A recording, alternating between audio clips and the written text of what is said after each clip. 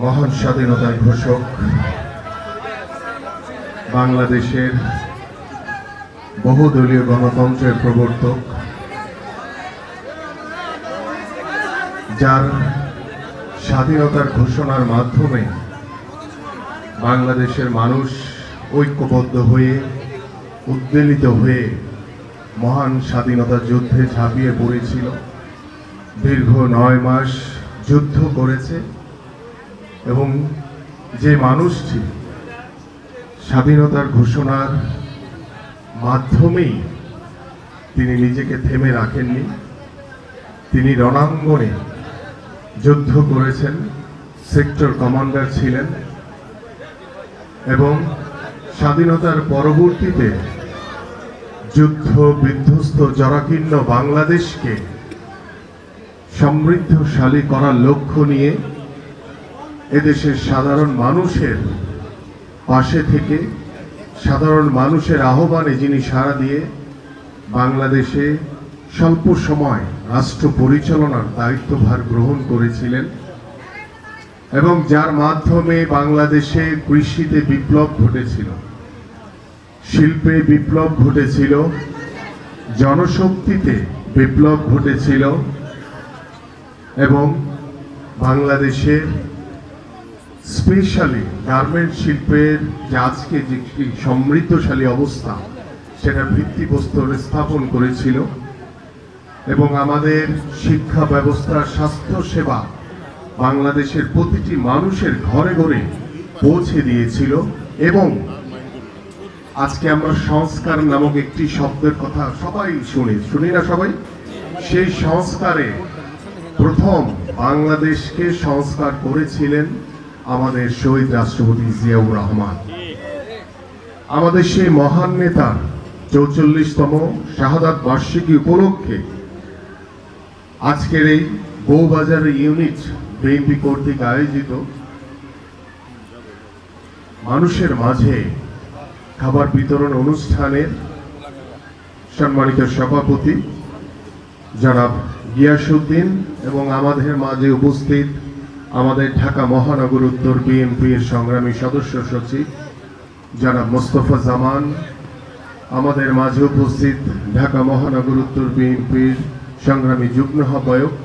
জনাব মোস্তাফিজুর রহমান সেগুন, যুগ্ম আহ্বায়ক SM জাহাঙ্গীর এবং আমাদের মাঝে উপস্থিত আপনাদের এই অঞ্চলের মাটিও মানুষের নেতা, যিনি দীর্ঘদিন ধরে আপনাদের পাশে থেকে আপনাদেরকে সাথে নিয়ে এই গুলশান বনানী থেকে শুরু করে তিনি নিরলসভাবে কাজ করে চলেছেন, আমাদের সেই সকলের প্রিয় জামাল কামাল মোল্লা, আমাদের মাঝে উপস্থিত আমাদের ঢাকা মহানগর উত্তর বিএনপির অন্যতম সদস্য, অত্যন্ত পরিশ্রমী, আপনাদের সকলের সুপরিচিত রেজাউর রহমান ফাহিম, আমাদের মাঝে উপস্থিত আমাদের ঢাকা মহানগর উত্তর বিএনপির অন্যতম সদস্য জনাব শফিকুল ইসলাম শাহিন, আমাদের মাঝে উপস্থিত ঢাকা মহানগর উত্তর বিএনপির অন্যতম সদস্য জনাব ফারুক হোসেন ভুইয়া, আমাদের সাবেক সদস্য মিজানুর রহমান বাচ্চু, এখানে আমাদের বড় ভাই আবেল ভাই রয়েছেন এবং আমাদের গুলশান থানা বিএনপির আহ্বায়ক, ভারপ্রাপ্ত আহ্বায়ক মামুন, যুগ্ম আহ্বায়ক শাহজাহান এবং আমাদের যুবদলের বনানীর আহ্বায়ক মনির এবং মিম রয়েছে এবং আমাদের বনানীর মিজান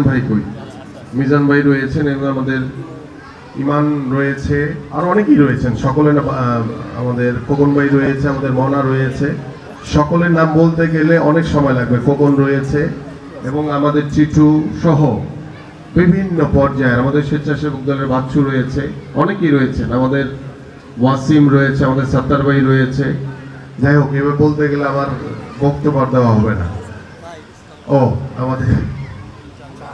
চানমিয়া রয়েছে আমাদের। যাই হোক, প্রিয় উপস্থিতি এবং আমার সামনে উপবিষ্ট আজকে যাদের জন্য এই আয়োজন, আমাকে ফাহিম বলেছিল যে ভাই আপনি সব জায়গায় গিয়েছেন কিন্তু এই জায়গায় কখনো আসেন নাই, এবং আমরা সব সময় আন্দোলন সংগ্রামে এই বউবাজার ইউনিট বা এই যে করাইল বস্তি বলেন বা আমাদের 19 নম্বর ওয়ার্ড বিএনপি থেকে আমরা সর্বোচ্চ সাপোর্ট আমরা সবসময় পেয়েছি, যার কারণে আমি আপনাদের কাছে কৃতজ্ঞতা প্রকাশ করছি এবং আগামীতেও আপনাদের এই সহযোগিতা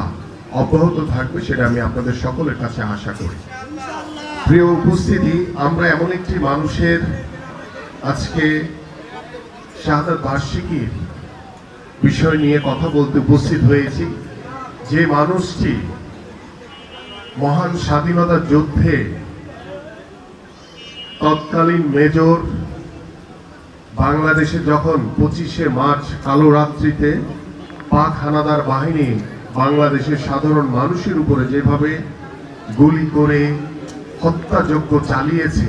নৃশংসভাবে হত্যা করেছে, সেই 25শে মার্চ কালো রাত্রির পরে 26শে মার্চ আমাদের সেই তৎকালীন মেজর জিয়াউর রহমান চট্টগ্রামের সেই কালুরঘাট বেতার কেন্দ্র থেকে তিনি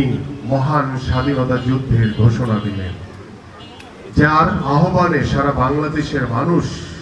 ঐক্যবদ্ধভাবে যুদ্ধে ঝাঁপিয়ে পড়েছিলেন।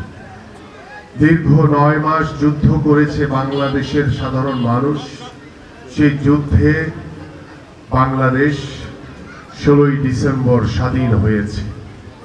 সেই স্বাধীনতার পরে যেই সরকারকে আপনারা দেখেছেন, কারণ আমাদের তখন জন্ম হয়নি, যারা বয়োজ্যেষ্ঠ রয়েছেন অনেকেরই মনে আছে আপনাদের, যে সেই সরকার দায়িত্ব নেওয়ার পরে তারা যাদের রক্তে স্বৈরাচার, তারা তো স্বৈরাচারই করবে, তাই না? তো সেই 71 সালের মহান স্বাধীনতা যুদ্ধের পরে তৎকালীন ওই সরকার তারা এসেই বাংলাদেশের মানুষের বাক স্বাধীনতা কেড়ে নিয়েছিল। বাংলাদেশের মানুষের বিরুদ্ধে তারা বাকশাল কায়েম করেছে। বাংলাদেশে তারা রক্ষী বাহিনী তৈরি করেছে, যার ফলশ্রুতিতে আমরা 74-এর দুর্ভিক্ষ দেখেছি। দেখেছেন না অনেকে দুর্ভিক্ষে? এই যে অনেক বয়োজ্যেষ্ঠরা এখানে বসে আছেন, 74-এর দুর্ভিক্ষ আপনারা দেখেছেন। 74-এর পরে 75-এর যে 7ই নভেম্বর সিপাহী এবং জনতার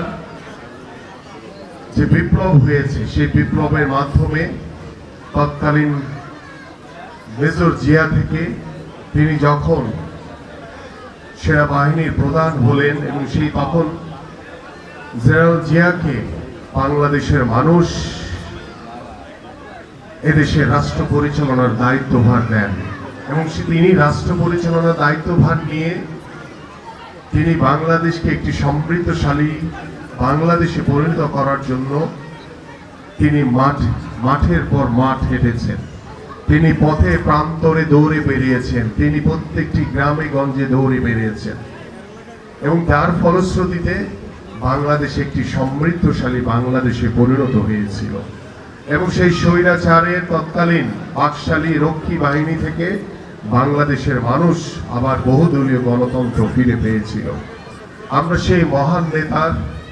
আজকে 44তম শাহাদাত বার্ষিকী উপলক্ষে তার আত্মার এবং রুহের মাগফিরাত কামনা করছি এবং আল্লাহ পাক যাতে তাকে জান্নাতের উচ্চ মকাম দান করে এবং আমরা সেই শহীদ রাষ্ট্রপতি জিয়াউর রহমানের আদর্শকে ধারণ করে আমরা বাংলাদেশ জাতীয়তাবাদী দলের প্রত্যেকটি নেতাকর্মী আমরা আজকে রাজনীতি করি। তার আদর্শ সম্পর্কে আমি আমাদের তরুণ প্রজন্ম এবং বর্তমান প্রজন্ম এবং ভবিষ্যৎ প্রজন্মকে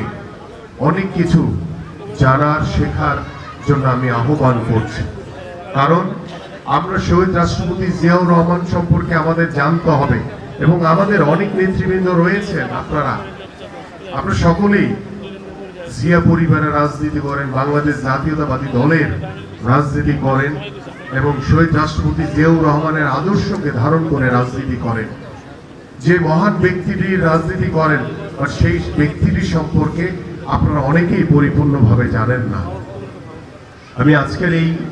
বউবাজার ইউনিটে আজকে যারাই এখানে উপস্থিত রয়েছেন, আমি সকলকে আহ্বান করব যে আপনারা এই মানুষটির সম্পর্কে, এই মহান নেতা সম্পর্কে, যিনি স্বাধীনতার ঘোষণার মাধ্যমে বাংলাদেশকে স্বাধীন করেছিলেন, একটি বাংলাদেশকে সমৃদ্ধশালী বাংলাদেশে পরিণত করেছিলেন, সেই মানুষটি সম্পর্কে আপনাদের সকলকে জানতে হবে। এবং আপনাদের আজকে আমরা এমন একটি পরিস্থিতিতে উপস্থিত হয়েছি যে দীর্ঘ 17 বছর স্বৈরাচার সরকার বাংলাদেশের মানুষের উপরে যেভাবে জুলুম নির্যাতন নিপীড়ন করেছে, সেই জুলুম নির্যাতন নিপীড়নের আমাদের মাননীয় ভারপ্রাপ্ত চেয়ারম্যান জনাব তারেক রহমানের নেতৃত্বে আমরা সকলে ঐক্যবদ্ধভাবে সুসংগঠিত হয়ে উজ্জীবিতভাবে বিএনপির ভারপ্রাপ্ত চেয়ারম্যান জনাব তারেক রহমানের যে এক দফা দাবি ছিল স্বৈরাচার শেখ হাসিনার পতন, সেই পতনের দাবিতে বাংলাদেশ জাতীয়তাবাদী দলের প্রত্যেকটি নেতাকর্মী, এদেশের ছাত্র জনতা, শ্রমিক সকলে ঐক্যবদ্ধভাবে রাজপথে নেমে স্বৈরাচার শেখ হাসিনার পতনকে নিশ্চিত করেছে। স্বৈরাচার শেখ হাসিনা 5ই আগস্ট বাংলাদেশ থেকে পালিয়ে গেছে। বাংলাদেশ থেকে 5ই আগস্ট আমরা স্বৈরাচার শেখ হাসিনা মুক্ত হয়েছি, কিন্তু এখনো স্বৈরাচারের বিভিন্ন প্রেতাত্মারা, দোসররা বিভিন্ন রাষ্ট্রীয় প্রতিষ্ঠানে বিভিন্ন আনাচে কানাচে আপনাদের ভিতরে ঢুকে বিভিন্ন ষড়যন্ত্র করে বেড়াচ্ছে।